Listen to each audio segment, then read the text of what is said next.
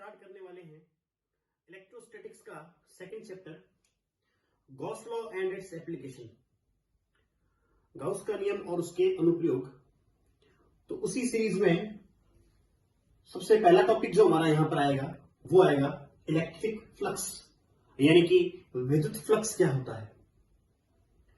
Electric flux यानी कि विद्युत फ्लक्स के बारे में पढ़ने से पहले हम यहां पर एक इंपॉर्टेंट कॉन्सेप्ट भी समझेंगे जो कि है एरिया वेक्टर।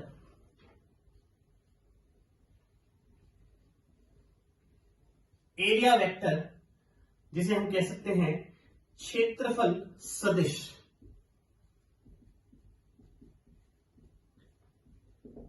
देखें, अभी तक हमने छोटी क्लासेस के अंदर एरिया यानी कि क्षेत्रफल के बारे में पढ़ा है, तो वो स्केलर पढ़ा है कि जो क्षेत्रफल है वो एक अदिश राशि होती है। और वास्तव में अगर हम बात करें क्षेत्रफल की तो उसकी कोई डायरेक्शन हम जनरली लेते नहीं है, और जिस भौतिक राशि की दिशा नहीं है, डायरेक्शन नहीं है, उसको हम स्केलर ही कहेंगे यानी कि अदिश राशि कहेंगे। फॉर एग्जाम्पल, अगर मैं एक रूम की बात करूं, अगर हमारे पास में एक कमरा है तो उसकी मान लो मैं 4 दीवारें यहां पर लिख रहा हूं, 1 2 3 4। ओके, तो ये जो दीवारें हैं, ये वाली आमने सामने की जो दीवारें हैं, मान लो इनका एरिया जो है वो 50 metre square and 50 metre square. और इधर और इधर वाली लेंगे, आगे और पीछे वाली जो दीवार है दूसरी, ये आगे वाली होगी चौथी। ये तो छत और फर्श काउंट करेंगे हम। तो जो पीछे और आगे वाली जो दीवारें हैं उनका एरिया मान लो सपोज करो आप 100 मीटर स्क्वायर है एग्जांपल के लिए। तो इस कमरे का पूरा एरिया आप कैसे निकालेंगे? पूरा एरिया कैसे निकालेंगे? 50 प्लस 50, 100 और 100, इन चारों दीवारों का जो क्षेत्रफल हम निकालेंगे, एरिया जो निकालेंगे, तो उनको डायरेक्टली हम ऐड ही करेंगे, जोड़ेंगे। यानी जब हमें क्षेत्रफल यहां पर निकालना पड़ा तो हमने किसी तरीके की डायरेक्शन तो नहीं देखी, सीधा जोड़ दिया। और सीधा जोड़ने का मतलब क्या है? क्षेत्रफल क्या है? अदिश राशि है। तो एरिया जो है वो जनरली स्केलर है, अदिश राशि है। एक स्पेसिफिक कंडीशन में हम क्षेत्रफल को सदिश कंसीडर करते हैं, क्योंकि वहां पर एरिया का जो है वो ओरिएंटेशन मैटर करेगा। ठीक है, उसका जो पोजीशन है वो मैटर करेगी। किस तरीके से मैटर करेगी? अगर आप देखें, मेरे पास में एक गत्ता है इस तरीके का, और उसमें मैंने एक रेक्टेंगुलर होल कर रखा है, आयताकार छेद कर रखा है, और इधर से मैं एक लाइट जो है वो इस गत्ते पर इंसिडेंट करवाता हूं। तो इस गत्ते में से, यानी कि जो गत्ते का जो एरिया है, बीच में जो मैंने एक होल बनाया है रेक्टेंगुलर, तो उस होल में से लाइट पास होती है, और वो लाइट पास होकर के स्पॉट बनाएगी कहां पर? दीवार पर। यानी उसमें से, उस एरिया में से लाइट फ्लो हो रही है। ओके, अगर मैं इस गत्ते को थोड़ा सा टेढ़ा कर दूं तो उस होल का जो ओरिएंटेशन है वो भी जो पहले ऐसे था, उस पर लाइट सीधी जा रही थी, तो पूरी की पूरी लाइट उसमें से फ्लो हो रही थी, सामने इस तरीके से स्पॉट बन रहा था दीवार पर। अगर मैं इसको इस तरीके से कर दूंगा तो क्या पूरी लाइट उसमें से जाएगी? नहीं जाएगी, और जो स्पॉट बन रहा है उसमें चेंज आएगा। और अगर मैं बिल्कुल इसको इस तरीके से कर दूं तो जो होल है वो तो ऐसे हो गया, और लाइट उसके अंदर से पास नहीं हो रही है। तो कहने का मतलब क्या होता है कि जब एरिया, एक सर्टेन एरिया में से कोई चीज फ्लो हो रही है, पास हो रही है, तो वहां पर हम एरिया को एक वेक्टर कंसीडर करते हैं, क्षेत्रफल को एक सदिश मानते हैं। और अदरवाइज अगर जनरल कंडीशन की बात करें तो एरिया जो है वो एक स्केलर क्वांटिटी है, यानी कि अदिश राशि है। तो जब क्षेत्रफल सदिश का मतलब क्या है? वो एक स्पेशल कंडीशन है, एक स्पेसिफिक कंडीशन है, जब किसी सर्टेन एरिया में से कोई चीज क्या हो रही है? फ्लो हो रही है, पास हो रही है। उसको हम बोलते हैं एरिया वेक्टर। और किसी भी ऑब्जेक्ट के लिए एरिया वेक्टर की डायरेक्शन क्या होती है, क्षेत्रफल सदिश की डायरेक्शन क्या होती है? तो अगर मैं किसी क्लोज सरफेस की बात करूं, जैसे मैंने यहां पर ये बनाया,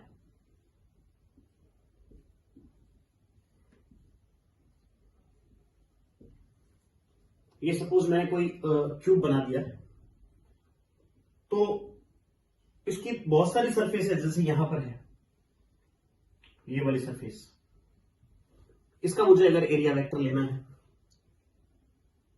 या इसका मुझे अगर एरिया वेक्टर लेना है, तो उसका तरीका क्या होगा? देखो, यहां पर मैं 3 अक्ष बनाता हूं, देखिए ध्यान से, एक्स ऊपर की तरफ हो जाएगी वाई, और ये हो जाएगी Z. Okay, X Y and Z. अब ये जो सरफेस रखी हुई है, ये वाली ए बी सी और डी, देखिए इलेक्ट्रिक फ्लक्स के लिए थोड़ी सी ये चीज जरूरी है, इसलिए इसमें मैं थोड़ा सा 5 मिनट ले रहा हूं। ए बी सी और डी, तो ये कहीं ना कहीं इस तरीके से अगर मैं देखा जाए तो ये कौन सी 2 अक्ष में रखी हुई है? ये रखी हुई है वाई और जेड में, ये इस तरीके से ये सरफेस। अगर मैं इस सरफेस की बात करता हूं तो देखिए इसके लिए ये एक्स एक्सिस हो गई, ओके, ये वाई एक्सिस हो गई और ये जेड एक्सिस हो गई। तो जो ये वाली सरफेस है, सपोज कर लीजिए आप पी क्यू, तो आप इसको मान सकते हैं पी ए बी और क्यू।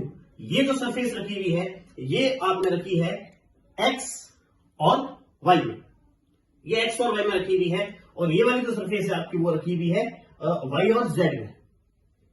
तो इस सरफेस के लिए एरिया वेक्टर अलग डायरेक्शन में होगा, और इस सरफेस के लिए एरिया वेक्टर यानी कि जो क्षेत्रफल सदिश है उसकी डायरेक्शन अलग होगी। तो क्षेत्रफल सदिश की जो दिशा आपको लिखनी है, वो लिखनी है इस प्लेन के परपेंडिकुलर आउटवर्ड्स। जिस तल के लिए भी, जैसे ये तल है, अगर एबीसीडी के लिए आप लेते हो तो इस तल के लंबवत बाहर की ओर, तो ये जो तल है वो इस तरीके से है, तो इसके लिए लंबवत कहां हो जाएगा? क्योंकि ये जो रखा हुआ है वो कहां रखा हुआ है? ये रखा हुआ है आपका वाई जेड में, ओके, वाई जेड में रखा हुआ है, इसलिए इसकी जो परपेंडिकुलर डायरेक्शन है वो कौन सी हो जाएगी? एक्स हो जाएगी। तो इस सरफेस के लिए अगर मैं बात करूं, इस सरफेस के लिए जो एरिया वेक्टर है, ये एरिया वेक्टर की डायरेक्शन हो जाएगी परपेंडिकुलर आउटवर्ड्स लाइक दिस, ये इसका एरिया वेक्टर है, ओके। यानी अगर मैं इस सरफेस को इस तरीके से लिखूंगा तो इसके लिए आउटवर्ड्स परपेंडिकुलर एरिया वेक्टर यानी कि क्षेत्रफल सदिश कहां हो जाएगा? बाहर की तरफ। क्लियर? इसी तरीके से अगर मैं इस सरफेस की बात करता हूं,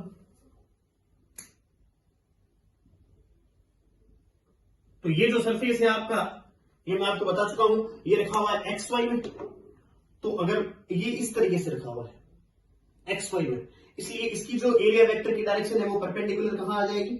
आउटवर्ड्स जेड की तरफ, बाहर जेड एक्सिस पर। ये जो ऊपर वाला आप देख रहे हैं यहां पर सी डी क्यू, और इसको आप कुछ भी लिख सकते हैं, सपोज आपने एम लिख दिया, तो इसके लिए अगर आप एरिया वेक्टर यानी कि क्षेत्रफल सदिश की दिशा अगर आप देखते हैं तो उसके लिए देखो ये सरफेस इस तरीके से बना दी हमने, तो ये सरफेस क्या है, तो इसके लिए एरिया वेक्टर क्या हो जाएगा? Perpendicular outwards. तो परपेंडिकुलर आउटवर्ड्स का मतलब कहां हो गया? ऊपर की तरफ, ऊपर। यानी किसी भी सरफेस के लिए जो एरिया वेक्टर की डायरेक्शन है वो उस प्लेन के परपेंडिकुलर आउटवर्ड्स हम लेते हैं, बाहर की तरफ लेते हैं। तो ये तो वही एरिया वेक्टर यानी कि क्षेत्रफल सदिश की बात। अब हम हमारे मूल टॉपिक पर आते हैं, जो कि है इलेक्ट्रिक फ्लक्स यानी कि विद्युत फ्लक्स। देखिए विद्युत फ्लक्स की सिंपल डेफिनेशन क्या है? विद्युत फ्लक्स की सिंपल डेफिनेशन, सामान्य परिभाषा ये है कि किसी सतह से लंबवत गुजरने वाली विद्युत बल रेखाओं की संख्या, किसी भी सतह से लंबवत गुजरने वाली, फुल डेफिनेशन बोले तो ऐसे लिख सकते हैं कि विद्युत क्षेत्र में रखी हुई किसी भी सतह से लंबवत गुजरने वाली विद्युत बल रेखाओं की संख्या, यानी कि number of electric field lines passing passing perpendicular to surface। तो सपोज ये मेरे पास में कोई एक ये इलेक्ट्रिक फील्ड है, यहां पर मैंने इस तरीके से ये इलेक्ट्रिक फील्ड बनाया है। तो इस इलेक्ट्रिक फील्ड में से इस इलेक्ट्रिक फील्ड में मैंने एक स्मॉल पार्ट, एक सरफेस रखा है, कोई भी अल्पांश या कोई भी छोटा एक सरफेस मैंने रखी है। ओके, ये सरफेस मैंने रखा है इस तरीके से, या इसको मैं इस तरीके से भी सपोज रख सकता हूं।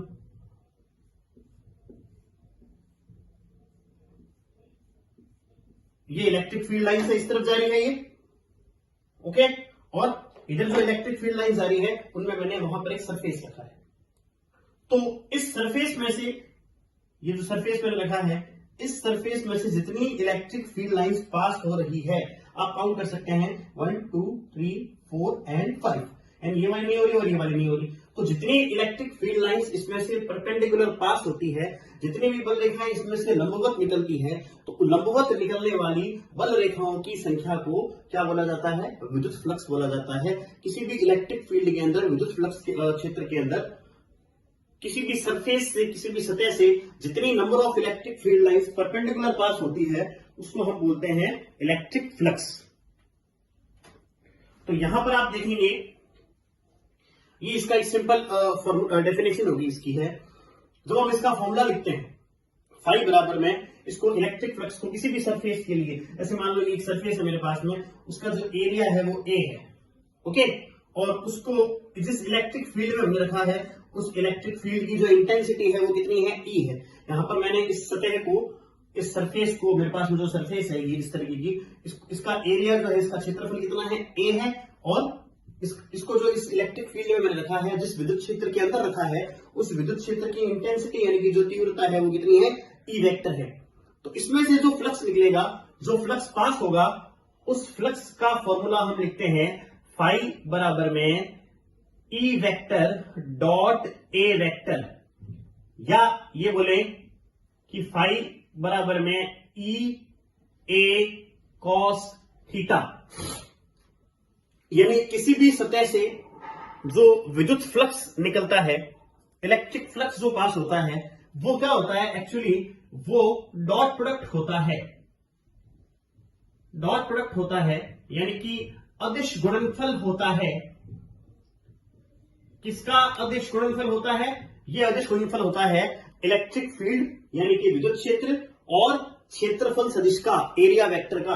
तो हम इसकी डेफिनेशन इस तरीके से लिख सकते हैं कि विद्युत क्षेत्र में रखे हुए किसी भी सतह से निकलने वाला जो फ्लक्स होता है वो विद्युत क्षेत्र सदिश, इलेक्ट्रिक फील्ड का वेक्टर और एरिया वेक्टर यानी कि क्षेत्रफल सदिश का डॉट प्रोडक्ट होता है। इसका ये फॉर्मूला किस तरीके से बनता है? देखिए, मैंने अभी आपको बताया कि इसकी डेफिनेशन क्या है कि किसी भी सतह से परपेंडिकुलर जो बल रेखाएं गुजरती है उसकी जो संख्या है वो कहलाती है इलेक्ट्रिक फ्लक्स। तो यहां पर देखें, तो ये यहां पर जो फाई है, वो जो निकलने वाली बल रेखाओं की संख्या है, वो डेफिनेटली इन तीन चीजों पे डिपेंड करेगी, ई पर, ए पर और कॉस थीटा पर। तो सबसे पहले हम देखते हैं कि जो गुजरने वाली बल रेखाओं की संख्या है वो इलेक्ट्रिक फील्ड पर कैसे डिपेंड करती है।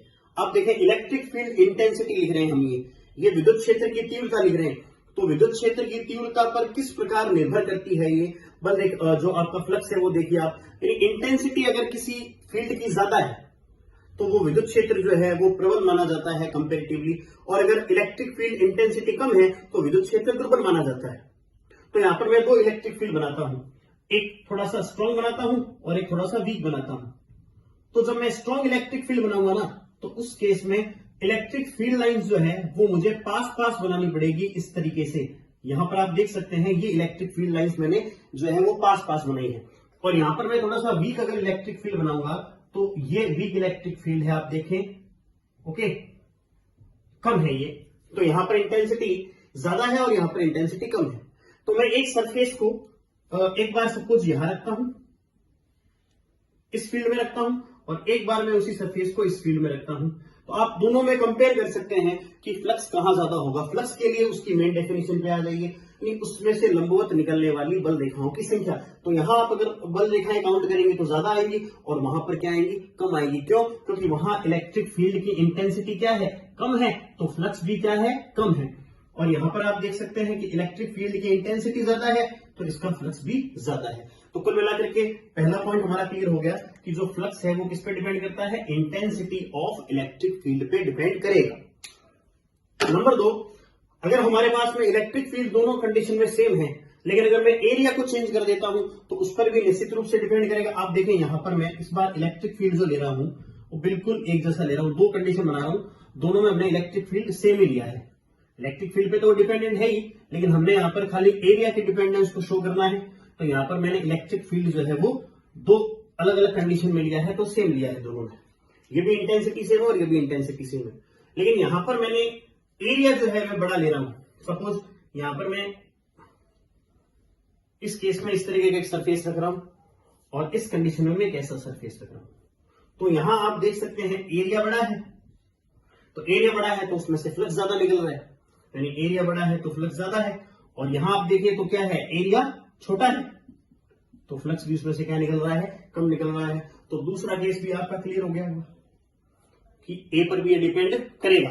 तो ई और ए पर डिपेंड करने के साथ साथ में सबसे लास्ट पॉइंट आता है हमारा कॉस थीटा का। तो यहां पर ये जो थीटा होता है ना, थीटा, ये थीटा यहां पर एंगल है, कौन है, किसके बीच में कौन है, इलेक्ट्रिक फील्ड यानी कि विद्युत क्षेत्र और किसके बीच में, क्षेत्रफल सदिश के बीच में। तो थीटा पे डिस्कस करते हैं, एक बार आप देखिए। अभी हमने पढ़ा था कि जो फ्लक्स है जनरली वो फाई किस पे डिपेंड करता है, इलेक्ट्रिक फील्ड पे और एरिया वेक्टर पे। अब यहां पर जो थीटा का कॉन्सेप्ट है उसको समझते हैं कि ये थीटा पर किस प्रकार से डिपेंड करता है। आप इसकी डेफिनेशन देख सकते हैं कि किसी भी सतह से लंबवत गुजरने वाली बल रेखाओं की जो संख्या है, यानी कि फ्लक्स के अंदर इलेक्ट्रिक फील्ड का वही कंपोनेंट काम करेगा, इलेक्ट्रिक फील्ड का वही घटक काम करेगा जो कि उसकी सरफेस के परपेंडिकुलर है, पृष्ठ के लंबवत है। यानी सपोज करो अगर मैंने इस तरीके से रख दिया और इलेक्ट्रिक फील्ड इस तरीके से जा रहा है, तो आप देख सकते हैं कि जो विद्युत क्षेत्र है यानी कि विद्युत बल रेखा है वो किसके लंबवत जा रही है, इस सरफेस के लंबवत जा रही है, यानी पूरा का पूरा इलेक्ट्रिक फील्ड काम आएगा। लेकिन इन एनी केस सरफेस इस तरीके से मैंने रखी है और इलेक्ट्रिक फील्ड जो है वो यूं है,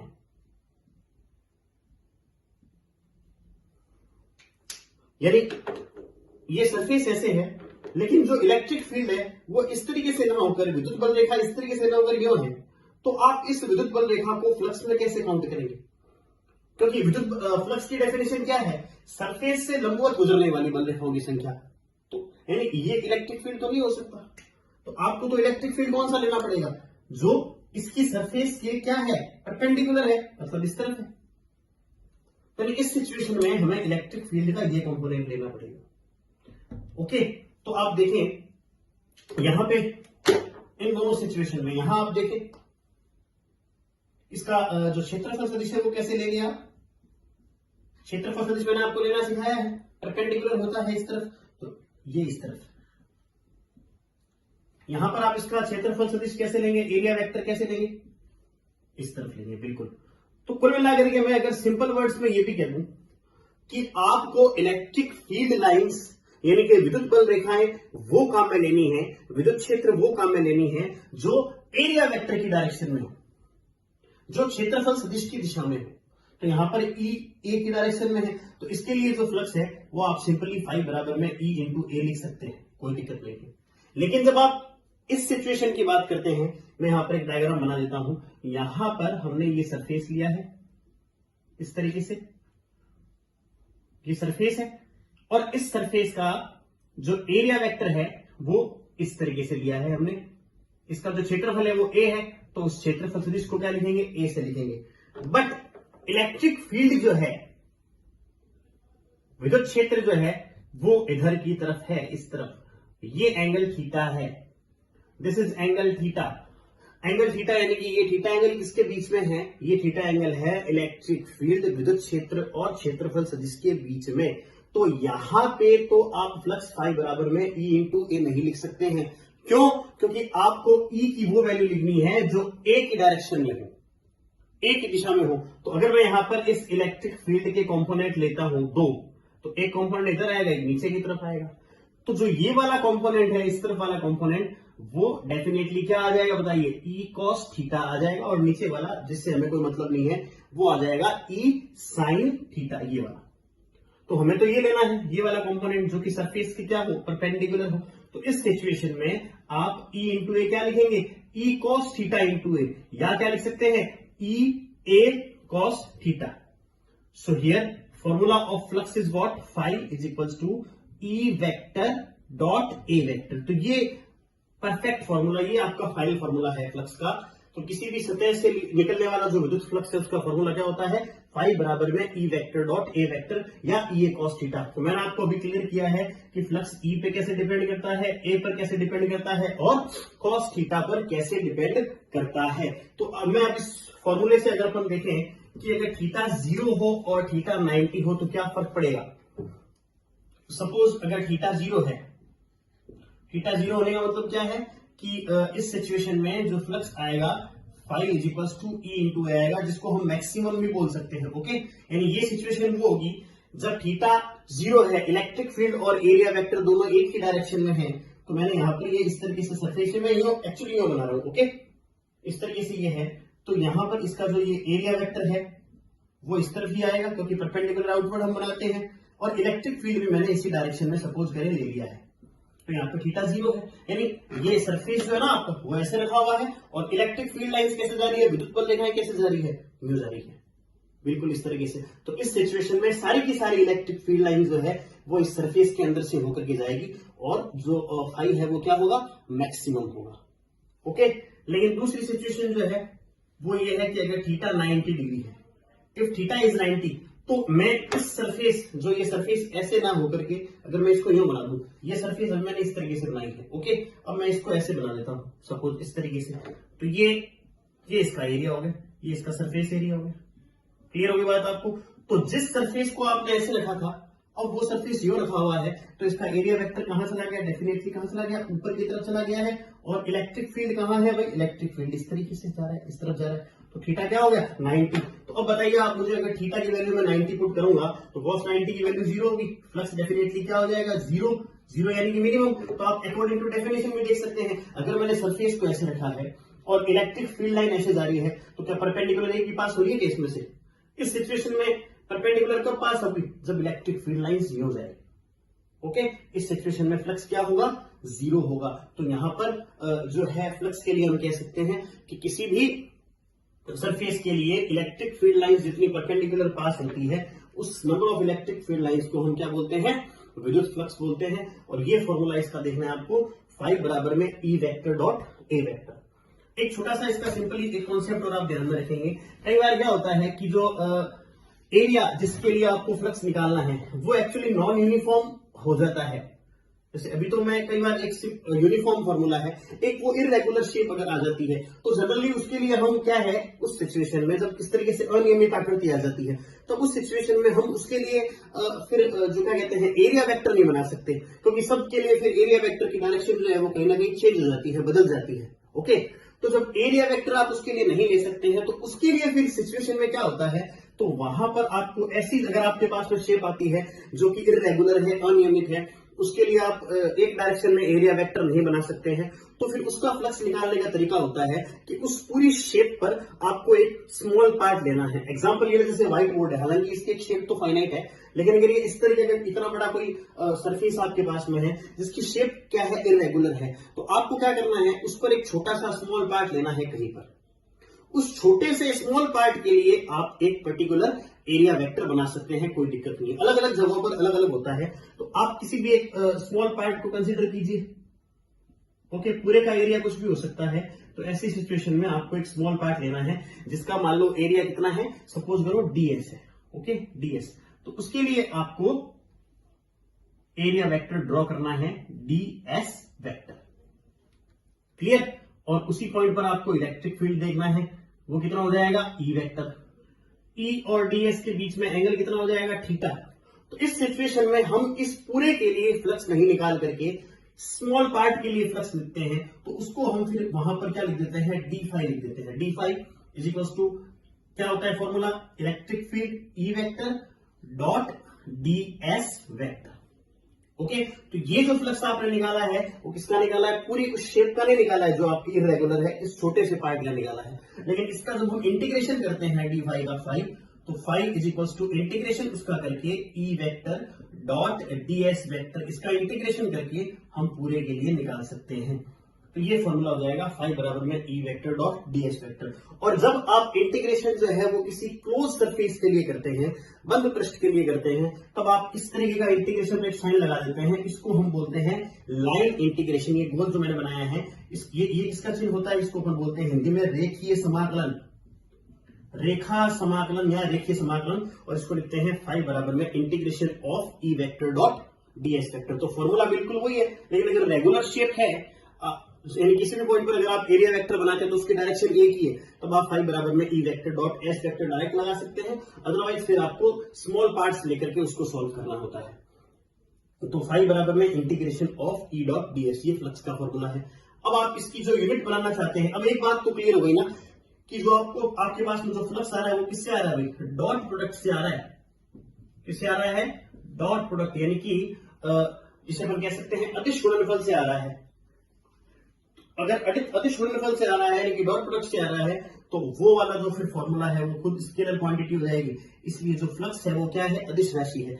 तो इलेक्ट्रिक फील्ड और फ्लक्स में ये थोड़ा सा डिफरेंस है कि फ्लक्स को डील करना थोड़ा सा इजी होता है, क्योंकि वेक्टर क्वांटिटी की तुलना में, सदिश राशि की तुलना में अदिश राशि को डील करना थोड़ा सा ज्यादा इजी होता है, जोड़ने में, है ना, प्लस माइनस करने में, मल्टीप्लिकेशन में, सब में कोई दिक्कत नहीं आती। वेक्टर के अंदर फिर डायरेक्शन के साथ करना होता है। तो वैसे जो आपका जो इलेक्ट्रिक फ्लक्स है वो भी कहीं ना कहीं इलेक्ट्रिक फील्ड की इंटेंसिटी को शो करता है।